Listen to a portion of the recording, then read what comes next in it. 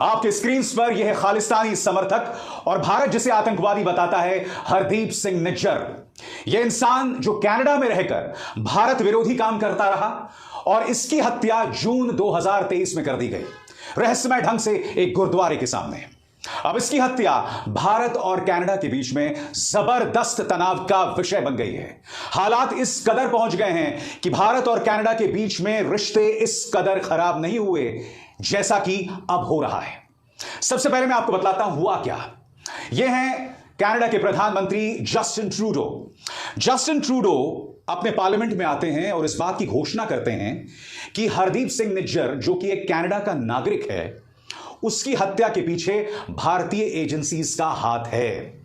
खुलेआम ये व्यक्ति ये कहता है, जबकि इस मामले की जांच अभी चल रही है। भारत ने अपना हाथ होने से सिरे से खारिज किया है। तो जब मामले की जांच चल रही है तो जस्टिन ट्रूडो ने इस तरह से गैर जिम्मेदाराना रवैये का परिचय क्यों दिया? मैं चाहूंगा आप सुने जस्टिन ट्रूडो क्या कह रहे हैं, फिर मैं उसकी चर्चा करता हूं। Over the past number of weeks, Canadian security agencies have been actively pursuing credible allegations of a potential link between agents of the government of India and the killing of a Canadian citizen, Hardeep Singh Nijjar. बात वहां नहीं रुकती। उनकी विदेश मंत्री सामने उभर कर आती हैं और इस बात का ऐलान करती हैं कि हम कनाडा में बसे एक भारतीय राजदूत को निष्कासित कर रहे हैं। ऐलान किया जाता है, सुनते हैं। We've been guided by three principles. The first one, we will seek the truth. The second one, we will protect Canadians at all times. And thirdly, we will protect Canada's sovereignty. I've conveyed these principles to my Indian counterparts, and I've also told him that we expect India's full collaboration to make sure that we get to the bottom of this. And as of today, and as a consequence, we've expelled a top Indian diplomat from Canada. तो जैसे मैंने कहा दोस्तों, मामले की जांच चल रही थी, बावजूद उसके कनाडा सरकार ने इस गैर जिम्मेदाराना रवैये का परिचय दिया। भारत सरकार ने इसका करारा जवाब दिया। भारत सरकार का यह कहना है कि हमारा हाथ इस हत्या में नहीं है। उनका बयान सामने आता है। बात वहां नहीं रुकती। जवाबी कार्रवाई में भारत में बसे एक कैनेडियन राजदूत को एक्सपेल कर देते हैं। विदेश मंत्रालय क्या बयान जारी करता है आपके स्क्रीन पर। The High Commissioner of Canada in India was summoned today and informed about the decision of the Government of India to expel a senior Canadian diplomat based in India. The concerned diplomat has been asked to leave India within the next 5 days. The decision reflects the Government of India's growing concern at the interference of the Canadian diplomats in our internal matters and their involvement in anti-India activities. सख्त लफ्जों का इस्तेमाल यहां पर विदेश मंत्रालय कर रहा है। चूंकि कनाडा ने हमारे एक राजदूत को हटाया, इसका जवाब भारत सरकार ने इस तरह से दिया है और यह कहकर कि ये जो डिप्लोमैट्स हैं भारत के अंदर भारत विरोधी गतिविधियां कर रहे थे। आज कनाडा सरकार से मेरे कुछ सवाल जिनका मैं जवाब चाहूंगा। भारत सरकार यह स्पष्ट कर चुकी है कि हरदीप सिंह निज्जर की हत्या में उनका कोई हाथ नहीं है। हरदीप सिंह निज्जर वो आदमी था दोस्तों जो भारत के खिलाफ गतिविधियों में शामिल था, भारत विरोधी गतिविधियों में शामिल था। मगर इससे पहले मैं चाहूंगा कि कैनेडियन गवर्नमेंट कुछ सीधे सवालों का जवाब दे।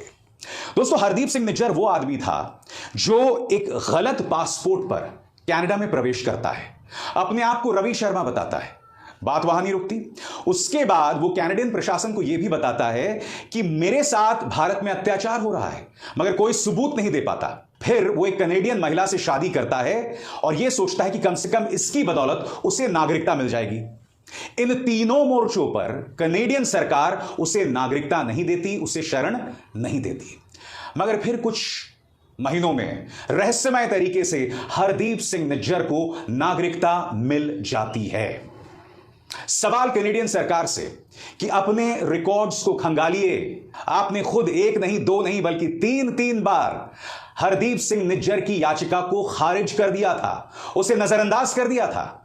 तो फिर आज आप इस व्यक्ति के लिए आंसू क्यों बहा रहे हैं? हरदीप सिंह निज्जर का और क्या रिकॉर्ड है दोस्तों। हिंदुस्तान टाइम्स इस पर क्या कहता है, मैं उसे आपको पढ़ के सुनाना चाहता हूं। स्क्रीन पर लगातार आता रहेगा।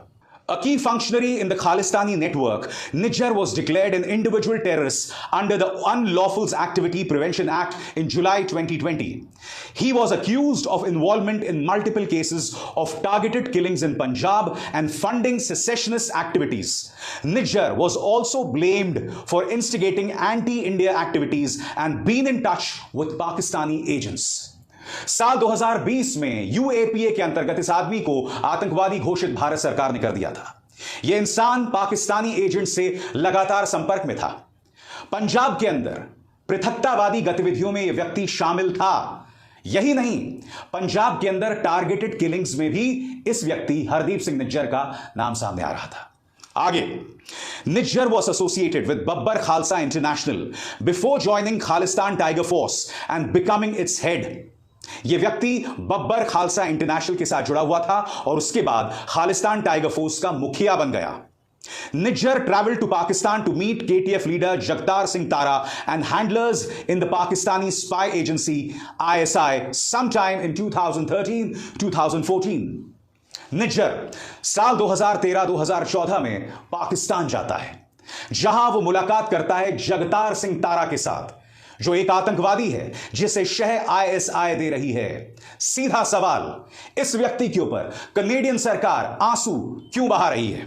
An official who did not want to be named said Nijjar monitored the recruitment and funding of young Sikh men for terror activities. At Punjab Police request, Interpol issued a red corner notice against Nijjar in 2016 while the NIA announced a 10 lakh bounty on his head in July last year.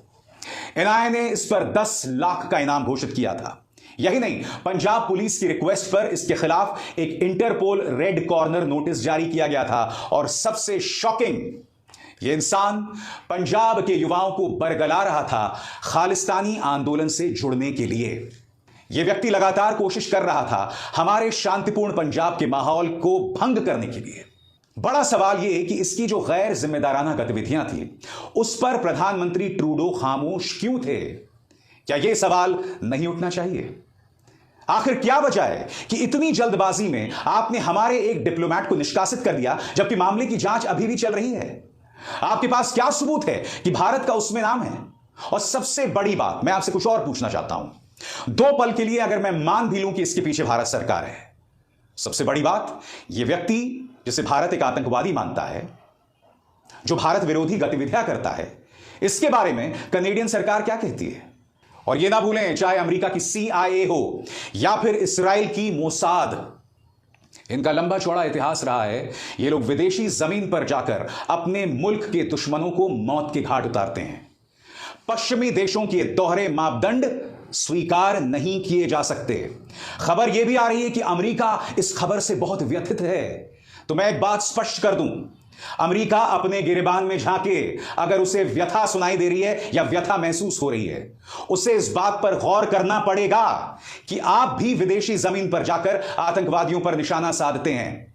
उस पर तो फिल्में बनती हैं ना।